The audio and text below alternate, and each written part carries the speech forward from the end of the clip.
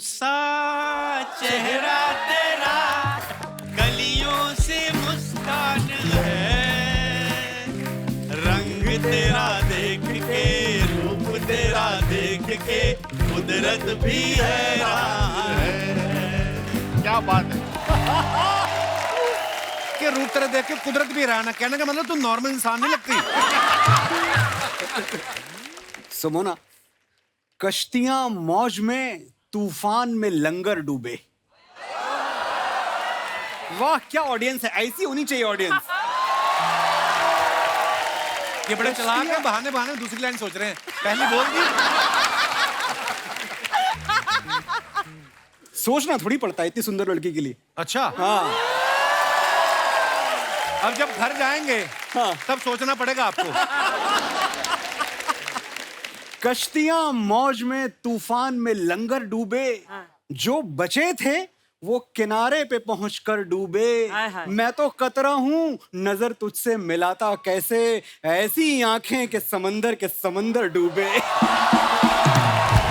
बात है। वाह वाह वाह।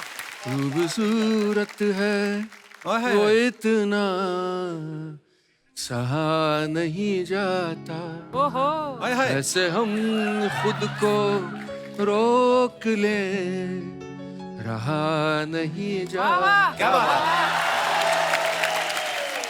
और लाइनें बहुत बड़े शायर की है, मेरी नहीं है, लेकिन तू किसी रेल से गुजरती है, मैं किसी पुल सा थरथराता हूँ।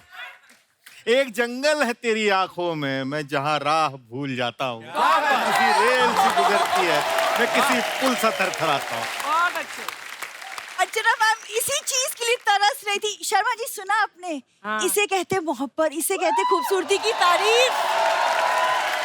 और एक आप है, आज तक इतने सालों में एक कुछ अच्छा नहीं बोला मेरे बारे में। देखो दूसरों की बीवियों के लिए तो मैं भी बोल दूं, समझ में आया? इनसे पूछो कभी खुद की बीवी के लिए लिखा है? खुद की बीवी के सामने तो समीर साहब भी अनजान हो जाते हैं। अपनी बीवी के लिए कुछ लिखा हो तो प्लीज बताइए। चलो चलो हम लोग बैठ जाते हैं।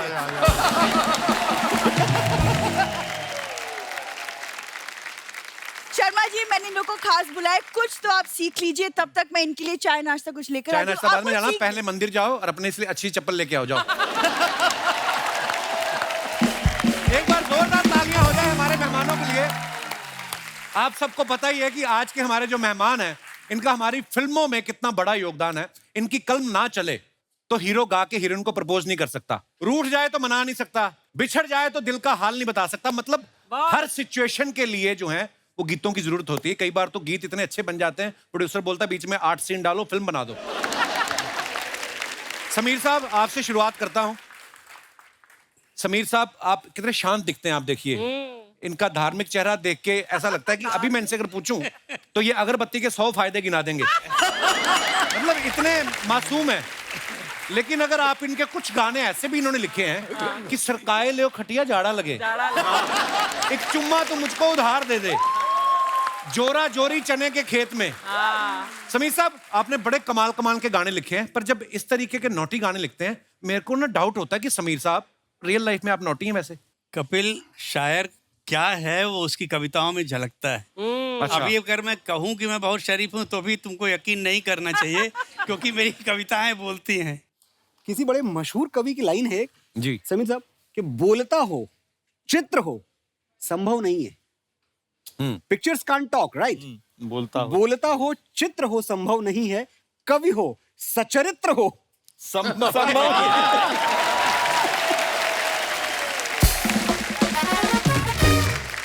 एक तुमको मैं बहुत खूबसूरत इंसिडेंट सुनाता हूँ। डेविड धवन साहब के साथ मैंने बहुत काम किया था। जी जी जी उनकी हर फिल्म में नॉर्मल गाना नहीं होता, हर गाना आइटम गाना होता है। जी एक फिल्म आई थी आप सबने देखी होगी, हीरो नंबर 1। जी ऑफ कोर्स। तो उन्होंने बोला कि यार एक सिचुएशन रोमांटिक, उसमें तू कोई गाना लिख दे। हमने बोला डेविड तू सिचुएशन तो बता फिर मैं गाना लिखूं। तो उनका जुमला था कि सिचुएशन गई तेल लगाने। अच्छा तू मुझे हिट गाना दे दे, सिचुएशन मैं निकाल लूंगा। मैंने मुखड़ा लिखा। हाँ, मुझे लगा था कि मुखड़ा इनको पसंद आएगा। मैंने कहा कि डेविड गाना सुपर हिट है मगर तेरी फिल्म में नहीं जाएगा। बोला यार मैं तेरे को शुरू से बोल रहा हूँ कि सिचुएशन गई थी, तू गाना सुना मुझे। वो गाना था कि मैं तुझको भगा लाया हूँ तेरे घर से, तेरे बाप के डर से। तो डेविड ने बोला नहीं गाना तो सुपरहिट है, गाना मुझे चाहिए। अरे मैंने बोला मगर तुम्हारी फिल्म में बाप है ही नहीं है। उसकी फिल्म में उसका दादा है वो, तो ये गाएगा कैसे? उसने कहा कि समीर तू आज का दिन याद रख, इतने सालों में अगर कभी तुझसे कोई पूछे कि आपने गाना कैसे लिख दिया, उसमें बाप तो था नहीं, जब गाना हिट होता है ना तो सारी चीज दरकिनार हो जाती है, केवल गाना चलता है। एक्चुअली अर्चना जी अभी क्या होता है कि 20-25 गानों पे हम जैसे लिरिसिस्ट का करियर बन जाता है। 6,500 के आसपास गाने सर ने लिखे। क्या बात है। So Guinness book of world record में सर का नाम है for writing the maximum number of songs ever. क्या बात है। अर्चना तो मेरे ख्याल से मेरी पहली फिल्म से गवाह है। एक फिल्म हम लोगों ने की थी, रिमेम्बर, अब आएगा मजा। अब आएगा मजा। फारूक शेख, अनीता राय।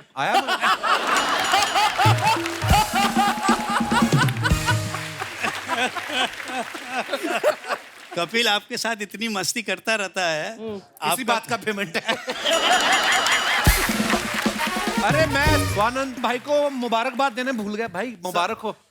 आपने अभी अभी स्वानंद भाई ने एज एन एक्टर एक फिल्म की है और वो फिल्म जो है इंटरनेशनल फेस्टिवल्स में धूम मचा रही है। वाह।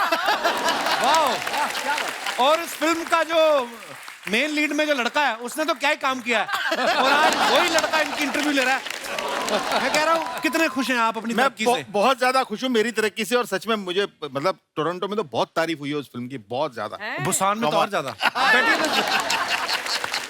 अरे मनोज भाई आपको मुबारकबाद यार। Thank you. अभी नेशनल अवार्ड मिला है साइना फिल्म के लिए मनोज भाई को। Thank you. तो भाई ये अर्चना जी पूछ रही थी कि मनोज आएंगे तो उनसे पूछना कि जैसे आपको नेशनल अवार्ड मिला है तो आपको भी वैक्सीन लगवानी पड़ती है, वो दिखा के एयरपोर्ट से निकलने देते हैं। मतलब कपिल मैं आपके शो पे तीसरी बार आया हूँ जी, और ये इतना बड़ा शो है। 3 बार आपके शो पे मुझे लोगों ने देखा है। अब मेरा चेहरा ही मेरा बोर्डिंग पास। हाय हाय। पर ये है एक ही लाइन में दोनों की तारीफ। भाई विक्रम वेदा में आपका जो गाना है अल्कोहलिया बड़ा चल रहा है यार। Yes. तो ये जब आपको प्रोड्यूसर ने बोला ये अल्कोहल के ऊपर गाना लिखना है अल्कोहलिया, तो आपने पेन पेपर लिया कि 90 ml लिया? सीरियसली बड़ा मजेदार गाना है। बस हो गई तारीफ आज की मेरी। क्या बात है। जैसे मैंने बताया कि मनोज भाई को अभी नेशनल अवार्ड मिला है, वैसे ही नीलेश भाई के फार्म हाउस में भी मूलियां निकली हैं अभी। मतलब आगे सर्दियों का सीजन है, गाजर और दूसरी सब्जियां भी आएंगी। जोक सपाट। Oh God. भाई आप बहुत सारे अवार्ड्स जीत चुके हैं, इतने पॉपुलर गाने आपने लिखे हैं, इतनी प्रसिद्ध आपकी कहानियां होती जो आप रेडियो पे सुनाते हैं, लेकिन आप मुंबई में नहीं रहते हैं, आप अपने गांव में जाके रहते हैं। वहां की कहानी हाँ, अच्छी होती है कि वहां का पानी ज्यादा अच्छा है। क्यों, क्या रीजन है उसके पीछे? मैं यहाँ से लगभग 8-9 साल पहले मुंबई छोड़ के चला गया, अच्छा जी। और फिर लखनऊ गया, और फिर उस जाने में एक और वापसी थी, फिर गांव चला गया। तो मेरे पेरेंट्स भी सरप्राइज थे कि भाई आप अति कर रहे हो तुम। मतलब लखनऊ आ गए थे, वही अच्छा लग रहा था, आप बोल रहे हो गाँव में रहोगे। लेकिन मुझे लगता है कि मैं ट्रांसफॉर्म हो गया हूँ एज अ पर्सन, जो जिंदगी को देखने का तरीका है। तो आई थिंक बहुत एकदम ट्रांसफॉर्मेशनल रहा है। वाह। मैंने भी सोचा था कपिल भाई गाँव जाऊं, लेकिन वहां पे क्या होता है, हमारे यहाँ पे उनको लगता है इसको काम मिलना बंद हो गया, इसलिए आ गया वापस। नीलेश भाई जो है अपना सरनेम मिश्रा लिखते हैं सर। हाँ। तो आपके साथ कभी ऐसा हुआ प्रोड्यूसर ने आपको गाना लिखने के लिए बुलाया हो और आपने कहा हो देखो मिश्रा तो आ ही गया है? अच्छा है। पैसे रखो अंतरा भी आ जाएगा, कभी ऐसे बोला आपने? देखिए जो राइटरों के पेमेंट की हालत है, हो सकता है मैंने किया भी हो ये। कपिल हमारे साथ तो अजीब अजीब किस्से होते हैं। ऐसे ऐसे डायरेक्टर्स के साथ मैंने काम किया, गाना हो गया, गाना अच्छा हो गया। एक बड़ा मशहूर जुमला हमारे यहाँ बोलते हैं कि यार अच्छा है मगर और अच्छा हो सकता है, यार इसको खोदो, थोड़ा और खोदो, और अंदर तक खोदो इसको। मैंने बोला इतना मत खुदवा कि तेरी कब्र उसमें बन जाए भाई। इतना। और इस तरह के हर गाने के पीछे कोई न कोई कहानी है। मेरे डैडी का वो गाना खाई के पान बनारस वाला। मुझे पहली बार मैं बॉम्बे आया था तो मैं पापा के साथ गया रिकॉर्डिंग में। मुझे बहुत दिल था कि मैं किशोर दा को देखूं। अच्छा, वाह। अच्छा, अभी हम लोग बैठे हुए आ रहे हैं किशोर दा आ रहे हैं आ गए किशोर दा। तो पहले तो मैं देख के घबरा गया कि भाई अगर ये किशोर कुमार हैं तो मेरी इमेजिनेशन के बाहर। मुझे तो लगा यार सूटेड बूटेड कोई आदमी आएगा। उन्होंने पहना क्या था कपिल मालूम है? जी। चाइना सिल्क की लुंगी, चाइना सिल्क का कुर्ता, अच्छा जी। एक पाँव में अपना स्लीपर और एक पाँव में अपनी बीबी का। और उसके ऊपर सॉक्स पहने हुए थे। स्लीपर के ऊपर सॉक्स पहना हुआ आदमी मैंने आज तक अपनी जिंदगी में देखा। किशोर साहब जानबूझ के करते थे ना जान मस्ती। और आंख में काजल वाजल सुरमा उरमा लगा के आए। अब ये सीटिंग चल रही है, सारे लोग बैठे हुए, डायरेक्टर प्रोड्यूसर मैं। तो बोला हाँ अनजान लिखवा क्या गाना है। तो पापा ने लिखवाना शुरू किया कि दादा का रंग जमा हो चकाचक, फिर लो पान चबाए, वाह। ऐसा झटका लगे जिया पे पुनर्जन्म हो ही जाए। कलम रख दिया उन्होंने। बोला यार तू कहाँ से शब्द ढूंढ के लाता भाई। मैंने अपनी जिंदगी में चकाचक वर्ड नहीं सुना, मैं नहीं गाऊंगा। बोला दादा पूरा गाना लिख लीजिए, उसके बाद मैं आपको चकाचक का भी मतलब बताऊंगा, आगे का भी मतलब बताऊंगा। बोला अच्छा लिखवा। फिर मुखड़ा आया कि खाई के पान बनारस वाला। फिर एकदम ब्लैंक लुक, खाई के क्यों? मैं खा के गाऊंगा। मैं खाई के गाऊंगा ही नहीं, तुम कुछ भी कर लो, मैं खाई के नहीं गाऊंगा। अरे बोले दादा लिख तो लो पूरा गाना। अच्छा लिख लिया। बोले अब बता। बोले दादा प्रॉब्लम क्या है, इस पिक्चर में जो हीरो है उसका कैरेक्टर यूपी का है, मेरी मातृभाषा जो है वो यूपी की है। तो ये मेरी मजबूरी थी कि भाई मुझे मौका मिला है तो मैं अपनी भाषा का कोई अच्छा इस्तेमाल करूं। बिल्कुल। और चकाचक और खाइके का अगर रियल आपको मतलब समझना है ना तो आपको मेरे साथ बनारस की गलियों की खाक छाननी पड़ेगी। वाह, क्या बात। वो उसके बाद उन्होंने क्या कहा कि चल अनजान तेरे कहने से मैं गाना गाता हूँ। बाहर निकले, म्यूजिशियन बैठे हुए, बोलो देखो बंगड़ू अगर किसी ने ओवर टाइम के चक्कर में गलत बजाया तो उससे आके यहाँ गाना गाना पड़ेगा। चल अब मैं गाता हूँ। पान मंगाओ, पिकदान मंगाओ, सब हंगामा करने के बाद मगर कपिल पहला टेका। वाह, हम लोग जब तक जाए उनको बधाई देने वहाँ पे, तब तक वो आदमी गायब। वाह, क्या बात है। ये किस्सा सुनाने के लिए धन्यवाद सर जी। आपको पता है स्वानंद सर की जो पहली फिल्म थी हजारों ख्वाहिशें ऐसी, उसमें ये बतौर एक्टर भी काम किया इन्होंने, एज ए एसोसिएट डायरेक्टर भी, लिरिसिस्ट भी, सिंगर भी। तो 1000 ख्वाहिशों में से 4 ख्वाहिशें तो आपकी उधर पूरी हो गई। 4 तो पूरी हो गई। स्वानंद भाई ये हजारों ख्वाहिशें ऐसी जो हैं वो डायरेक्टर ने अपनी ख्वाहिश पूरी करने के लिए बनाई थी कि आपकी ख्वाहिशें? इतने सारे अंत में ऐसे ही हो गया कि मेरी ख्वाहिशें पूरी हो गई उसमें। हाँ, क्योंकि वो काफी समय तक बनती रही फिल्म। अच्छा और सब लोग छोड़ के भाग रहे थे, मैं ही बचा रह गया। मैंने कहा ठीक है गुरु, यहाँ हो जाएगा कुछ ना कुछ। तो वो खेला हुआ और फिर उसके बाद हिस्ट्री है। फिर उस हजारों ख्वाहिशें ऐसी के बाद में फिर परिणीता, फिर लगे रहो मुन्ना भाई, फिर ये। वाह, क्या बात। एक तो मैं आपको बधाई दे दूं इस बात के लिए कि बहुत सारे शोज टेलीविजन पे बनते हैं, एक से एक बड़े अच्छे शोज बनते हैं, चाय कॉफी सब पिलाई जाती है, लेकिन शायद कपिल शर्मा का अकेला शो है जहां राइटर्स को, गीतकारों को बुला के सम्मान दिया जाए। अरे सर आप ये आपका बड़प्पन है सर। मनोज भाई आप खुद एक इतने अच्छे गीतकार हैं, आपके मन में ऐसा कुछ सवाल है जो आप समीर साहब से पूछना चाहते हैं? मैं समीर साहब से अगर कोई सवाल पूछूंगा तो वो ये पूछूंगा कि समीर साहब 6500 गाने टिके कैसे आप इतने देर तक? एक ऐसी इंडस्ट्री में अर्चना जी जहां होता क्या है कि एक कमरे में आप आए गाना सुनाने, लिरिक्स आप लेके आए। एक तो poetry is not something which needs explanation, समझने की चीज है। फिर भी आप गीत लेके आए हैं, आप देखते हैं कमरे में 10 लोग बैठे हैं, आप एक एक को थोड़ा देख रहे हैं। एक डिस्ट्रीब्यूटर है फिल्म का अक्सर हीरो भी आके बैठ जाता है, और प्रोड्यूसर बैठा हुआ है, डायरेक्टर बैठा हुआ है, प्रोड्यूसर की बीवी बैठी हुई है गोद में कुत्ता लेके। गाने से किसी का कुछ लेना देना नहीं। आप लिरिक्स पढ़ना शुरू करते हैं, चौथी लाइन पे टॉमी करता है कूं। और गाना रिजेक्ट। गाना इसलिए रिजेक्ट हो गया क्योंकि मजा नहीं आया, माहौल नहीं बना। माहौल उस कुत्ते की वजह से नहीं बना। मैं तो सुना ही रहा था। समीर साहब, ऐसे में 6,500 गाने क्या करामात है? सच ये है मनोज कि मैं केवल एक ही काम करने आया था और आज तक वही काम कर रहा हूँ बेटा। मतलब सफलता का और कोई दूसरा विकल्प है ही नहीं है केवल काम के अलावा। नहीं, लेकिन क्या समीर बात? साहब, आपने जिस तरह से अपने आप को रिलेवेंट रखा है, उस जमाने से इस जमाने से इस जमाने तक, जिस तरह से आप जिंदगी से लोगों से जुड़े हुए हैं, वो काबिल तारीफ। मतलब क्या बात है सर। कुछ आप लोग जो अपने फैंस के लिए पिक्चर्स डालते हैं सोशल मीडिया पे, जी। आपको पता है हमारी जो जनता जनार्दन है वो बड़ी क्रिएटिव हो गई है। हाँ। बड़े मजेदार कमेंट्स है। जी। समीर साहब इधर आ जाइए, अगर आपको आराम से इधर आके देख सकते हैं आप। आहा, ये तो मेरा ये ही आ गया। पहली फोटो जो है ये मनोज मुंतशिर साहब ने डाली है और लिखा है कि हिंदी और हिंदी के कवि को कोई कमजोर समझने की गलती ना करे, अब हिंदी कविता प्राइवेट जेट्स में उड़ती है। वाह वाह वाह। वाह, बहुत अच्छी बात है। कमेंट्स पढ़ते हैं, आइए। कवि तो आप तगड़े हो महाराज, लेकिन प्लेन मुझे जरूर कमजोर लग रहा है। कमाल और है। दिखाइए। सर उड़ने से पहले दाएं हाथ वाला टायर चेक कर लेना, हवा कम लग रही है। रिप्लाई भी आया। सर डिटर्जेंट का पानी हो तो अभी डाल के देख लो, बुलबुले निकले तो पंक्चर है। और किसी ने रिप्लाई लिखा उसको, टायर से कुछ नहीं होता, उन्हें कौन सा सड़क से जाना है। सही बात। और दिखाइए आगे। संगीत का कोई अपना देश, अपना धर्म, अपना जात नहीं होती, संगीत ही वो धरोहर है जिस पे पूरी दुनिया का हक है। आप सबको वर्ल्ड म्यूजिक डे की शुभकामनाएं। बहुत बहुत खूबसूरत लिखा है समीर साहब।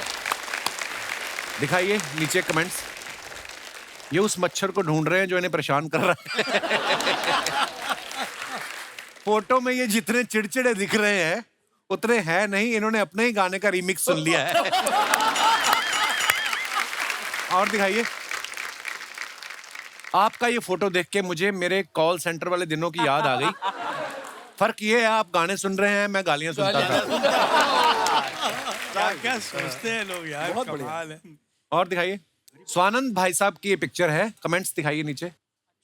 सर जी आप तो अच्छे गाने लिख रहे थे, ये ब्रेड और काजू बेचने की क्या जरूरत पड़ी। आप दिव्यांका जी को छोड़ के नोट देख रहे हो, लगता है आपकी जरूरतें ज्यादा हैं। और दिखाइए। सर ये 10 का नोट ही है, ज्यादा देखने से 100 का नहीं हो जाएगा।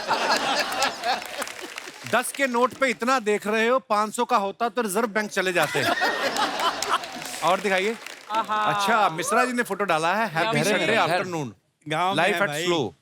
ये देखो गांव के मजे, मेरे को सच्ची में अपना अमृतसर याद आ गया। दिखाइए नीचे कमेंट्स। सर आप अपनी मर्जी से बाहर सो रहे हो, मेहमान ज्यादा आए हुए हैं।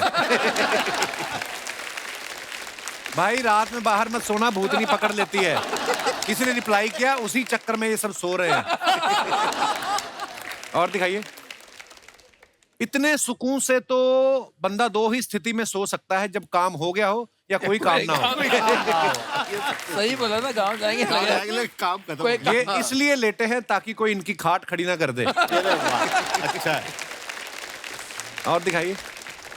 वैसे तो मैं काफी प्रोफेशनल हूं, लेकिन अचानक फ्लोर पर चाय और मठरी आ गई तो मैंने चलती हुई शूटिंग रुकवा दी। आप चाय के लिए क्या क्या कर सकते हैं लिख के बताइए। दिखाइए जरा नीचे कमेंट्स। चाय मट्ठी पे ये हाल है, सेट पे नोरा फतेह आएगी, आप तो मारपीट पे उतर आओगे।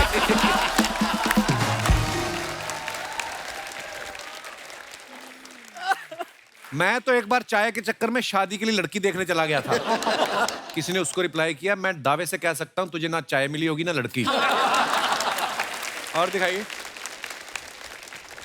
आपने तो शूटिंग ही रुकवाई, मैंने चाय के लिए ट्रेन रुकवा दी थी, बड़ी मुश्किल से जमानत हुई। आप कब छूटे। और दिखाइए। ओहो ये हूं मैं, पूरा मैं, लफंडर मैं, आजाद मैं, मेरी इतनी सी मांग, साइकिल पर डालूं टांग, चल दूं हर सीमा को लांग। वाह। इकल्ला मैं, में धल्ला धड़ल्ला मैं, बिलंदर में। बिलंदर मैं, आजाद। बिलंदर का मतलब क्या होता है भाई। पता नहीं।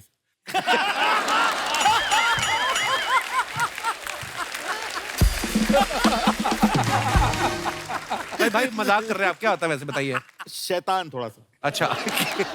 दिखाइए कमेंट्स। ओ हाँ तू, पूरा तू, चप्पल में तू, साइकिल में तू, बीच पे तू, फोटो पे तू, तू भी तू, मैं भी तू, तू तू तू तू तू तारा, चश्मा ना गिर जाए तुम्हारा, मेरा हो गया अब बोल तू।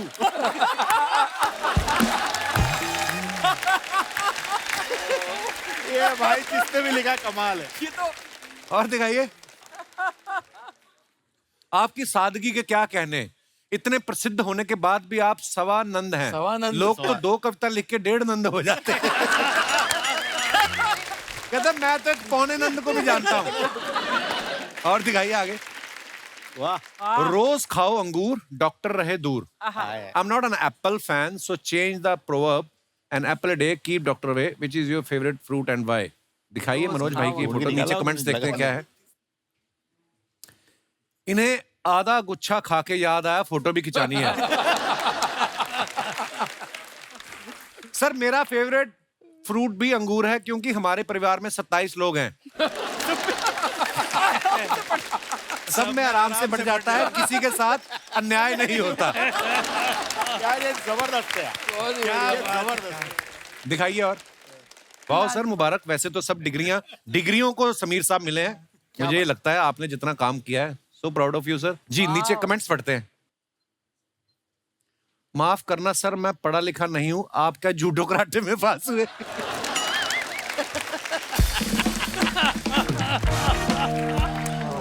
किसी ने रिप्लाई किया ना भाई, वो डॉक्टर बन गए, अब वो मरीज देखेंगे।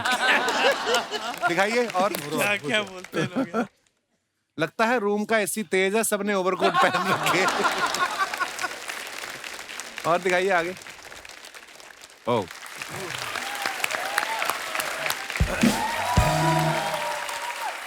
दोस्तों, नीलेश भाई का रेडियो पे आप सबने शो सुना होगा। बड़े आराम से कहानी सुनाते, बड़े प्यार से, कि वो छांव जैसी है, वो शायद जैसे गुलमोहर सहलाती किसी नर्म हथेली जैसी है।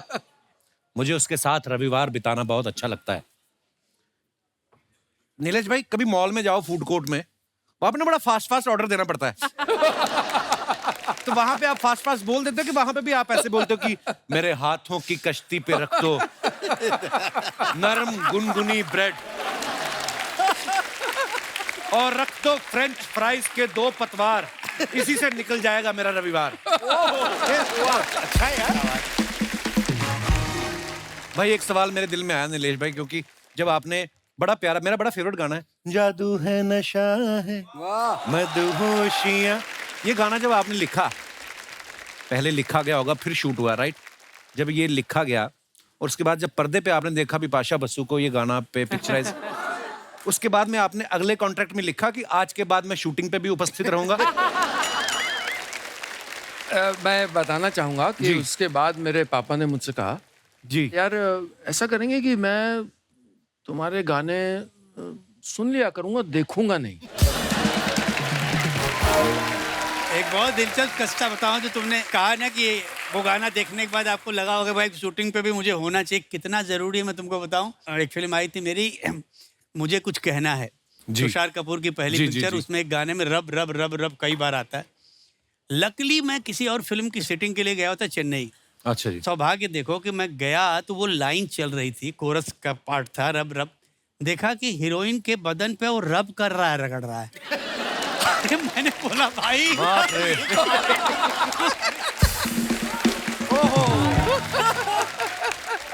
ये कौन सा रब है भाई? अरे सर सॉरी सर, हमको तो लगा कि ये वही रब है। अरे हमने बोला मेरा एक गीत है बाबूरामन देखने चला एक सप्ताह, जो मेरा पहला गीत है, उसके बारे में एक महिला मेरे से बात करने आई, कहती सर ये बाबूरामन कौन है?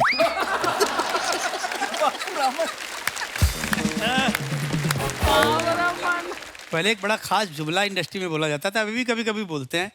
बड़ी अच्छी कहानी है कि लक्ष्मी जी के सिटिंग रूम में एक बहुत बड़ा एक्टर आया, मजरू साहब बैठे हुए हैं, और गाना सुना तो लक्ष्मी जी ने बोला कि सर कैसा लगा गाना आपको, उस एक्टर से। बोले यार गाना अच्छा है मगर घंटी नहीं बजी। यस यस यस यस, घंटी नहीं बजी, करेक्ट। ये मैंने और भी सुना है किसके मीटिंगों सामने में, बोल दिया? मजरू correct। साहब के सामने। अच्छा। उन्होंने बोला हाँ हाँ 1 मिनट 1 मिनट, इनको बोलो कि बजेगी कैसे, इनके पास होगी तो बजेगी ना। बोले अगली बार बोलो जब सिटिंग रूम में आए हैं तो 1 घंटा लेके आएंगे, वो भी बजेगा। अभी तो अब ऐसे लोगों के बीच में आप कैसे काम कर सकते हो? अच्छा, it is so difficult. Composers के साथ सब अपने मित्र हैं, तो पहले तो था कि आप, एक होता है मीटर में लिखें कि आपने इतनी मात्रा में लिखना है, तो वो आगे न जाए उसके, बेडौल ना हो आपकी लाइन। फिर एक शब्द आया स्कैनिंग। हाँ, तो स्कैनिंग मतलब है कि उन्होंने जैसे डा डा डा डा डा डा डा डा डा डा डा डा डा, तो मैं ये नहीं लिख सकता हूँ कि तुम जो कहो तो सितारों को सजा दूं मैं। एग्जाम्पल, ये स्कैनिंग करेक्ट नहीं है, वो तोड़ना है उसको। तो फिर लिखा मैंने कि क्यों आज कल नींद कम ख्वाब ज्यादा है। क्या ब्यूटीफुल सॉन्ग है पर क्या अच्छा लिखा था यार, वाह।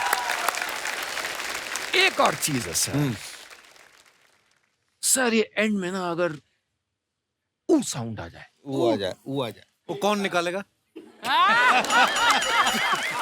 और क्यों निकालेगा?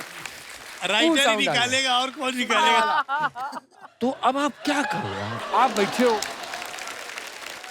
नीलेश भाई, लेकिन इसके बावजूद जब गाने ऑडियंस तक पहुंचते हैं और ऑडियंस उनको पसंद करती है, और आपने उसमें भी कमाल किया। वाह। मतलब लेट अस से दैट